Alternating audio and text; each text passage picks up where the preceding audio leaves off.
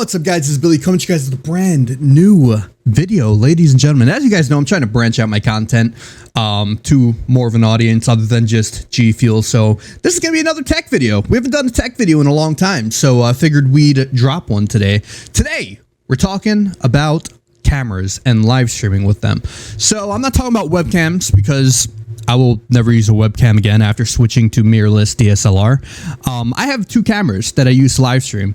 They're both Sony a6000s, but they both have different lenses. Now, this lens right here is actually a wide angle prime lens. This is the Sigma 16mm f1.4. My second camera is a Sony a6000, just like my other one, but it's using a Sigma 30mm f1.4. As you see, it's more of a portrait shot.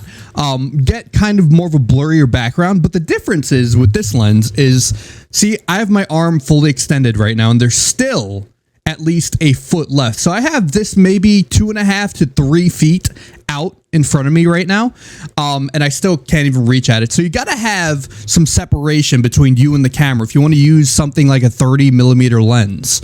So 30mm lens, like I said, I have like at least 2.5 feet in front of me, arm fully extended, can't even touch it.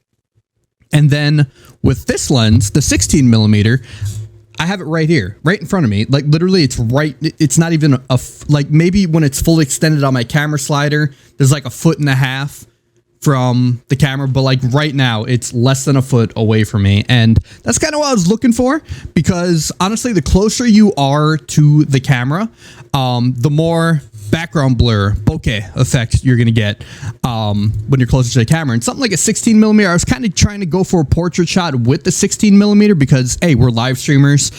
You know, I'm trying to get that really cinematic background blur shot where, like, you know, my face in the shot is really crisp. So honestly, if you have sort of a small area, I would highly recommend the Sigma 16mm f1.4 to pair with your Sony APS-C camera, whether it be an A5100, an A6000, A6100, A6400, whatever you have. If you're going APS-C and not full frame, I highly recommend. If you don't have enough room for your shot and you want to get more, sorry, I just banged my camera slider, and you want to get more in the shot and have more of like a blur, that f1.4 f-stop is going to give you some crisp visual quality. Now, as you see, as it gets further away from me, the background blur kind of gets less and less. It's still there, but it gets less and less. But as it gets closer, you can see the background blur more intensified. That's because as the camera gets closer, the more shallow depth of fields you got.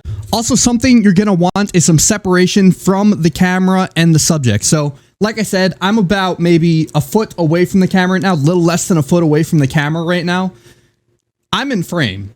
You're going to want as much separation from you and your background as possible. So, you know, my room's not insanely big. You know, it's maybe like a 14-foot by 14-foot room. But the thing is, the more separation you have from you and your background, the blurrier the background will be. And same thing with this camera. So these portrait lenses, 30mm, the more focal length you have, see, the focal length is the millimeters, the more focal length you have, the blurrier background it's going to be, because it's more of a portrait lens, right? It's a tighter shot. If you guys have the room and you want more of a cinematic shot, right? Here, I'll even get closer just so you can see how much the blur actually adds. Like that background's completely crispy right now. It's actually insane how blurred that is.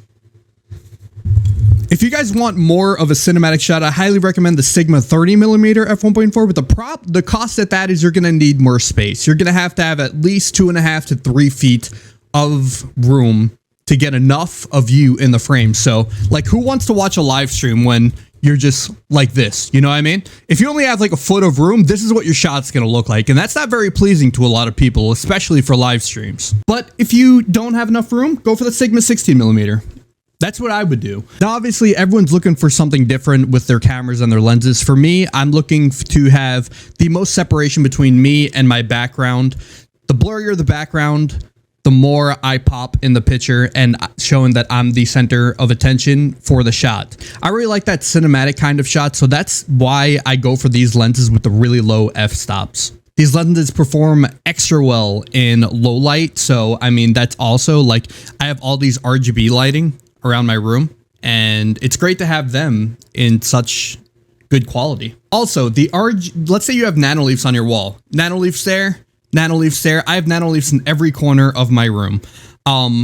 Something I had to learn was my nanoleafs, when they're at 100% brightness, they get blown out.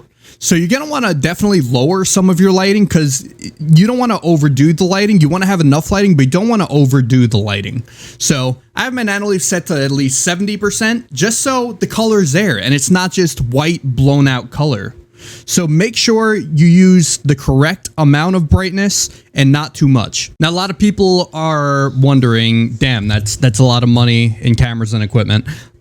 Guys, let me tell you that eBay is your best friend. Both of these cameras, these Sony camera bodies, I got on eBay for $350 to $400 a piece for each of the camera bodies. Now, you could also get the lens cheaper on eBay. I actually didn't even think of that when I bought these lenses, so I just got them. I wanted them ASAP, so I just overnighted them from Amazon.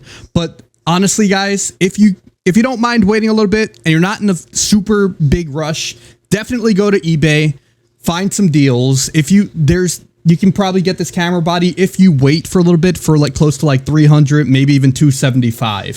So definitely browse eBay, browse Facebook Marketplace. There's always deals on both of those. There's no harm in getting something secondhand. So that's it. Hopefully this was helpful for you guys, give you guys a little insight on what I use for my cameras, and I hope you guys enjoyed it. I mean, if you like the camera quality, let me know. These cameras aren't even 4K cameras. They are 1080p 60 frames a second cameras. Maybe we'll upgrade to 4K in the future, but as of right now, I am very, very happy with the quality that I'm able to obtain with these two cameras and these two lenses. Peace and love, boys. I'll see you next one. Be sure to like the video, and I'll see you next one. Adios for now.